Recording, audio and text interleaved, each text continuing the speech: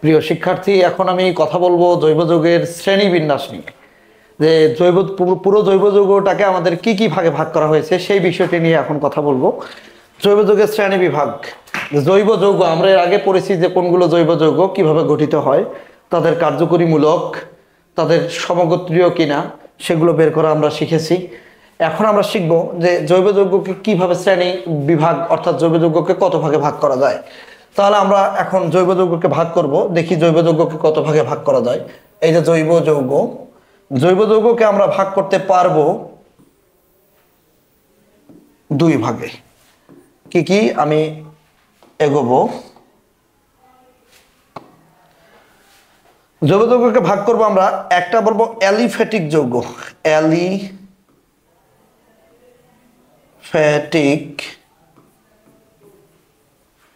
আরেকটিকে আমরা বলবো অ্যারোমেটিক।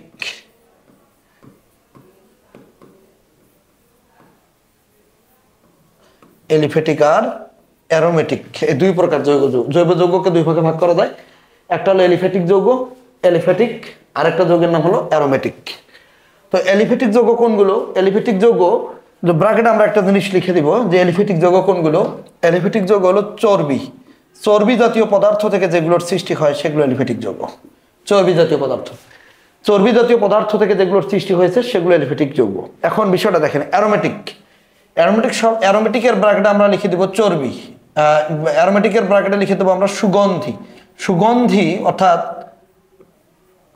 অত্যন্ত সুন্দর গন্ধি যে সকল পদার্থ আছে সেগুলো দ্বারা আসলে অ্যারোমেটিক যৌগ তৈরি হয়। কিন্তু ছোটবেলা বড় শখ করে বাবা মা নাম রেখেছিল আব্দুর রহিম শব্দের অর্থ দয়ালু ব্যক্তি, কিন্তু বড় হয়ে আব্দুর রহিম হয়ে গেছে সন্ত্রাসী ক্যাডার্স। তাহলে তার নামের সঙ্গে তার কাজের কোনো সমন্বয় থাকলো কিনা। তেমনি ভাবে জন্মের সময় অ্যারোমেটিক যৌগের নাম দেয়া হয়েছিল এরা সুগন্ধি জাতীয় পদার্থ, কিন্তু বর্তমান সময়ের অধিকাংশ যৌগই দুর্গন্ধি। সুতরাং অ্যারোমেটিক যৌগের ওই আব্দুর রহিমের মতো নামকরণের অবস্থা। ঠিক আছে, এলিফ্যাটিক যৌগকে আবার আমরা দুটি ভাগে ভাগ করতে পারবো। এলিফ্যাটিক যৌগকে আমরা কতটি ভাগে ভাগ করতে পারবো? দুটি ভাগে ভাগ করতে পারবো। এলিফ্যাটিক যৌগের দুটি ভাগে ভাগ করব। একটা হলো মুক্ত, আর একটা হলো বদ্ধ শিকল আর মুক্ত শিকল, মুক্ত এবং বদ্ধ। তাহলে এলিফ্যাটিক যৌগ কোনগুলো যারা চর্বি থেকে তৈরি হয়? তাহলে এলিফ্যাটিক যৌগ আমরা বলবো কার্বন মুক্ত শিকল। এখন এই মুক্ত শিকল যৌগটাকে আমরা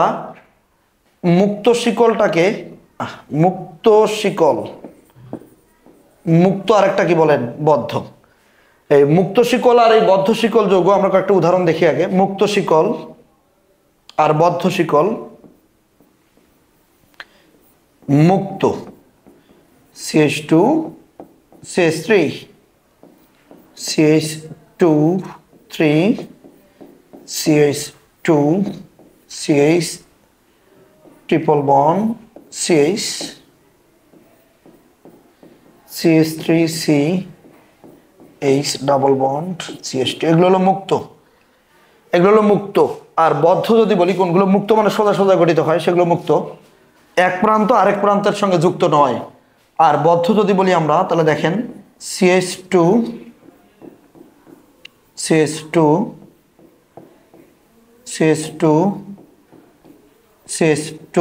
এই যে বদ্ধ।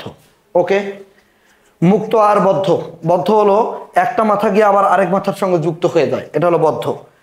তাহলে আমরা একটু দেখি যে মুক্ত এবং বদ্ধ। মুক্ত ওই যে অ্যালকেন, তাহলে অ্যালকেন একটা মুক্ত শিকল যৌগ, সোজা এই প্রান্তের সঙ্গে যুক্ত নাই।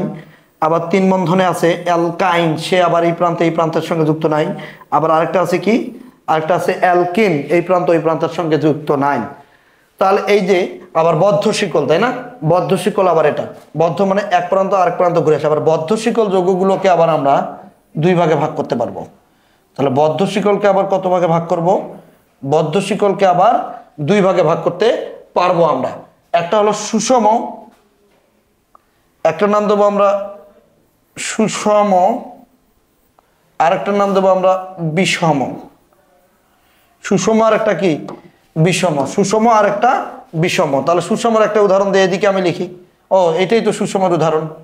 ওকে, আরেকটা যদি দেই সুষম সুষম আরেকটা যদি আমি দেই CH2 CH2 CH2 এই যে হ্যাঁ হাত মিলিয়ে লিখলাম। তাহলে সুষমের উদাহরণ আমি দুটি দিলাম, একটা হলো এটার নাম সাইক্লোবিউটেন, এটার নাম সাইক্লোপ্রোপেন। 4 কার্বনের যৌগের জন্য নাম হলো সাইক্লোবিউটেন, আর 3 কার্বনের যৌগের জন্য নাম হলো সাইক্লোপ্রোপেন। ওকে, এবার বিষমের দিকে যদি আমি উদাহরণ দিই, যে বিষম উদাহরণ দিব আমি, তাহলে CH2 single bond CH2 single bond CH2 একই রকম, এখানে একটা আছে অক্সিজেন। তাহলে একটু মনোযোগ দিতে হবে। কি মনোযোগ দিব ভাইয়া? মনোযোগ দিব, দেখেন এখানকার কেন্দ্রীয় যে কাঠামো, প্রধান যে কাঠামো, সেই প্রত্যেক কাঠামো কার্বন দ্বারা গঠিত। এখানেও প্রত্যেকটি কাঠামো কি দ্বারা গঠিত? প্রত্যেকটি কাঠামো কার্বন দ্বারা গঠিত। কিন্তু এখানে দেখেন এই যে কার্বন কার্বন কিন্তু অন্য আরেকটি জিনিস প্রবেশ করেছে, কেন্দ্রীয় কাঠামো। অর্থাৎ কেন্দ্রীয় কাঠামোতে কার্বন ব্যতীত যদি অন্য কোনো ওই যে নব সেক্সের কেউ একজন প্রবেশ করে, নাইট্রোজেন, অক্সিজেন, ফসফরাস, এই যে হ্যালোজেন, এগুলোর কোনো একটি কেউ প্রবেশ যদি এখানে করে, হ্যাঁ, তাদের 2টা যোজনী আছে, তারা যদি প্রবেশ করতে পারে 2 বা তারও বেশি, তারা যদি প্রবেশ করে এখানে, তাহলে প্রবেশ করলে সে হয়ে যাবে কি? বিষম। সুষম মানে একই কাঠামো, আর বিষম মানে কাঠামোর ভিতর অন্য কোনো পরমাণু আছে, যেমন এখানে অক্সিজেন আছে, এটা হলো বিষম। তাহলে সুষম বিষম আমরা আরেকটা বিষমের উদাহরণ দেই। বিষমের আরেকটি উদাহরণ দিচ্ছি, CH2 CH2 CH2 ও ওকে। এখন দেখেন এটার নাম হলো ethene oxide. Ethene oxide, oxygen আছে এই জন্য বিষম। তাহলে এবার কি? এবারও তো একটা অক্সিজেন আছে, তাহলে এবারও কি বিষম হয়ে গেছে না কেন্দ্রীয় কাঠামোর মধ্যে? তাহলে এটার নাম হলো, এটার নাম কি কি দেওয়া যায়? এটার নাম কি বলেন তো? টেট্রাহাইড্রোফিউরান। তাহলে এটা একটু কঠিন নাম, একটু মুখস্থ করে রাখবেন। টেট্রাহাইড্রোফিউরান। ফিউরান কেন আমরা একটু পরে বলবো, ফিউরানের আমরা সংকেত করবো টেট্রাহাইড্রোফিউরান। তাহলে এটা হলো টেট্রাহাইড্রোফিউরান, অর্থাৎ একটা অক্সিজেন যুক্ত আছে, আর এটার নাম কি? Ethene oxide. এই যে অক্সিজেন থাকার কারণে এরা বিষম হয়ে গেল।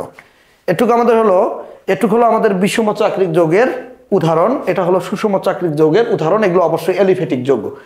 আর অ্যারোমেটিক যৌগ হতে হলে প্রথম শর্ত, অ্যারোমেটিক যৌগ সুগন্ধি পদার্থ, অ্যারোমেটিক যৌগ হতে হলে তার প্রথম শর্ত হলো কার্বন ডাবল বন্ধন কার্বন এবং হাকেল তত্ত্ব। হাকেল তত্ত্ব কি আমরা পরে বুঝবো। হাকেল নীতি মানবে অ্যারোমেটিক যৌগ, হাকেল নীতি মেনে চলবে। তাহলে অ্যারোমেটিক যৌগের শর্ত হলো 2টা। একটা কি? একটা হলো কার্বন ডাবল বন্ড কার্বন, একটা হাকেল নীতি মেনে চলবে। হাকেল নীতিকে আমরা পরে বুঝবো। অর্থাৎ সঞ্চারণশীল পাই ইলেকট্রন থাকবে, ওর ইলেকট্রন ঘুরতে থাকে, সবজি খাওয়া ইলেকট্রন, পাই ইলেকট্রন থাকবে। ওকে, তাহলে এই অ্যারোমেটিক যৌগকে আবার 2 ভাগে ভাগ করা যায় একই রকম। একটু সিস্টেমটা দেখেন। অ্যারোমেটিক যৌগে একটা হলো সুষম আর একটা হলো বিষম। তাহলে অ্যারোমেটিক যৌগ আবার একটা সুষম আর একটা কি? বিষম, 2 ভাগে ভাগ করা যায়। সুষম কি অলরেডি আপনারা বুঝে গেছেন। যদি আমি একটি বেনজিন চিত্র আঁকি, বেনজিন দেখেন তো, বেনজিনের 6টি কেন্দ্রীয় কাঠামোর ভিতরে 6টি কার্বন কিনা, 6টি কার্বন, এই জন্য নাম সুষম একই। কিন্তু এই কার্বনের জায়গায় অন্য কেউ ঢুকে পড়লে হবে বিষম। যেমন ফর এক্সাম্পল বেনজিনের মতো করেই লিখে আমি এবার দিলাম, আমি কি দিব? আমি দিব এটা কার্বন, এটা কার্বন, এটা কার্বন, এটা কার্বন, এটা কার্বন, কিন্তু এটা নাইট্রোজেন। তাহলে আমরা একটু ডাবল বন্ধনগুলো দেই। এই যে ডাবল বন্ধন। তাহলে দেখেন বেনজিনের মতোই, শুধু কার্বনের জায়গায় এখানে প্রবেশ করছে নাইট্রোজেন যদি থাকে, তাহলে সেটাকে বলা হবে পিরিডিন। কি? পিরিডিন। এটা বিষম কেন? কারণ ওর কার্বনের জায়গায় অন্য কিছু আছে। পিরিডিন। কেন্দ্রীয় কাঠামোর ভিতরে কার্বন বাদে অন্য কেউ থাকলে সেটি হবে, এটার নাম হলো পিরিডিন, সেটি হবে বিষম চাকরিক অ্যারোমেটিক যৌগ। ওকে, বা বিষম অ্যারোমেটিক যৌগ বললে হবে। ওকে, এরপর আরেকটি উদাহরণ দিচ্ছি আমরা। আরেকটি উদাহরণ যদি দিই, দেখেন এই যে এখানে আমি অক্সিজেন দিয়ে দিলাম, ডাবল বন্ধন থাকবে, আমাদের শর্ত ডাবল বন্ধন থাকতে হবে। আরেকটা উদাহরণ আমি দিলাম একই রকম করে, এই যে এবার সালফার দিয়ে দিলাম, একই জিনিস। ওকে, এগুলো বিষম চাকরিক অ্যারোমেটিক যৌগ। কেন বিষম? ওই যে অক্সিজেন, ওই যে সালফার। অক্সিজেন থাকলে তার নাম হবে ফিউরান। অক্সিজেন থাকলে তার নাম কি হবে? ফিউরান। আর সালফার থাকলে তার নাম কি হবে? থায়োফিন। এগুলো এমসিকিউ কোশ্চেন আসবে।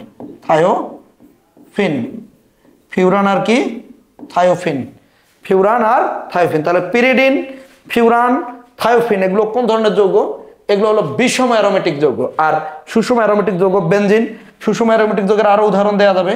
সুষম অ্যারোমেটিক যৌগের উদাহরণ ওই যে দুইটা বেনজিনওয়ালা যৌগ, দুইটা বেনজিনওয়ালা যৌগকে কি বলে, তারপর তিনটা বেনজিনওয়ালা যৌগ, তিনটা বেনজিনওয়ালা যৌগ,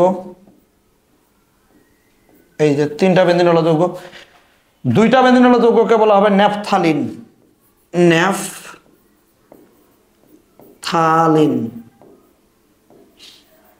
ন্যাপথালিন। আর তিনটা বেনজিনওয়ালা যৌগকে কি বলা হবে, অ্যানথ্রাসিন, অ্যানথ্রাসিন।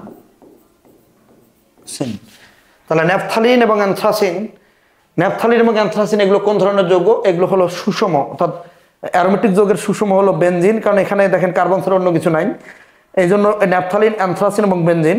থায়োফিন, ফিউরান এবং পিরিডিন এগুলো হলো বিষম অ্যারোমেটিক যৌগ। ওকে ওকে, আমরা বুঝতে পেরেছি। তাহলে আমরা একটুখানি আরেকটা জিনিস পড়ে আসি, তারপর আমরা পরেরটি বুঝবো। আরেকটা জিনিস আগে দেখি। আগে এই এলিফ্যাটিক যৌগগুলো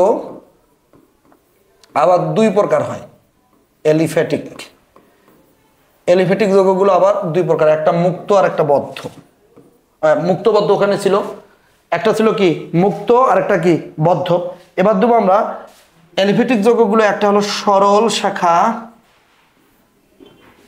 একটা হলো সরল শাখা, আর আরেকটা দিব শাখা শিকল। একটা সরল শিকল আর একটা শাখা শিকল, শাখা শিকল।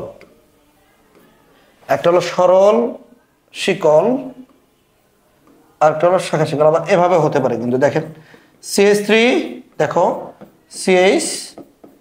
CH2 CH3, এটা কি আমাদের সরল, সোজা বরাবর আছে। ওকে, সরল। আবার শাখা যদি তৈরি করি CH3 CH2 CH3, এই দেখেন একটা শাখা থাকলো নিচের দিকে, এই যে একটা শাখা হয়ে গেল, শাখা শিকল থাকবে এর। আবার সরল শিকল আর একটা শাখা শিকল, তাই না? তাহলে এলিফ্যাটিক যৌগ যেগুলো, এলিফ্যাটিক যৌগ যেগুলো মুক্ত হয় সেগুলোর ক্ষেত্রে এটা হয় মুক্ত, মুক্ত। বদ্ধের ক্ষেত্র হবে, বদ্ধে মনে করেন যে এটা একটা থাকলো, এই যে বদ্ধের ক্ষেত্র হবে এই যে এটা। তাহলে আমি বদ্ধের ক্ষেত্রে দিয়ে আমি বললাম এখানে একটা শাখা আছে, এই যে এগুলো কিন্তু প্রত্যেকটা একটা করে কার্বন, এটা তো বুঝেছেন, এইগুলো একটা করে কার্বন। ওকে, তাহলে দেখেন এখানে কার্বন, কার্বন মেইন শাখার সঙ্গে আবার শিকলও থাকতে পারে। ওকে, মুক্ত।